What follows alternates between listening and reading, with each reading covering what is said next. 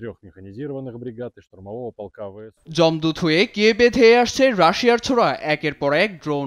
ইউক্রেনীয় সেনাদের পরাস্ত করতে বৃহস্পতিবার ১৪৫টি ড্রোন ও ৭০টি ক্ষেপণাস্ত্র, এমনকি ১১টি দূরপাল্লার ব্যালিস্টিক ক্ষেপণাস্ত্র দিয়ে হামলা চালায় রাশিয়া, যা চলতি বছরের সবচেয়ে ভয়াবহ হামলা।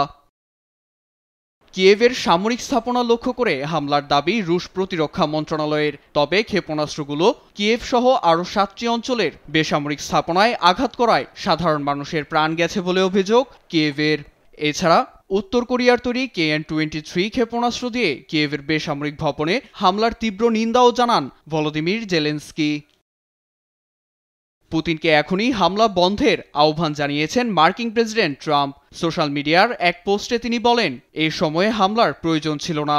তাগিদ জানান শান্তি চুক্তি বাস্তবায়নের। তবে সম্পূর্ণ ইউক্রেন দখলে না নিয়ে রাশিয়া কিয়েভকে ছাড় দিয়েছে বলেও মন্তব্য করেন তিনি। It's a killing field.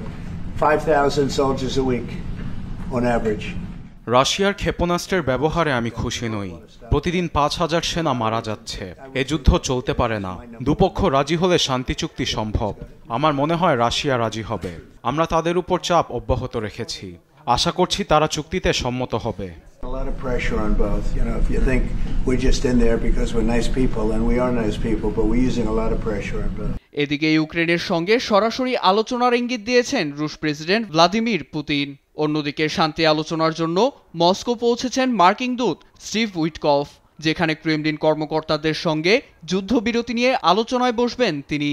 তবে আলোচনার আগেই ক্রিমিয়া ও দখলকৃত অঞ্চল নিয়ে বোঝাপড়া মিটিয়ে নিতে হবে বলে মত প্রকাশ করেন রুশ পররাষ্ট্রমন্ত্রী সার্গেই ল্যাভরভ। তার এই মন্তব্যের জেরে শুধুমাত্র মস্কো চাইলেই যুদ্ধবিরতি সম্ভব বলে মনে করছেন ন্যাটো মহাসচিব মার্ক রুটে। নীরব দাস, নিউজ ডেস্ক, দেশ টিভি।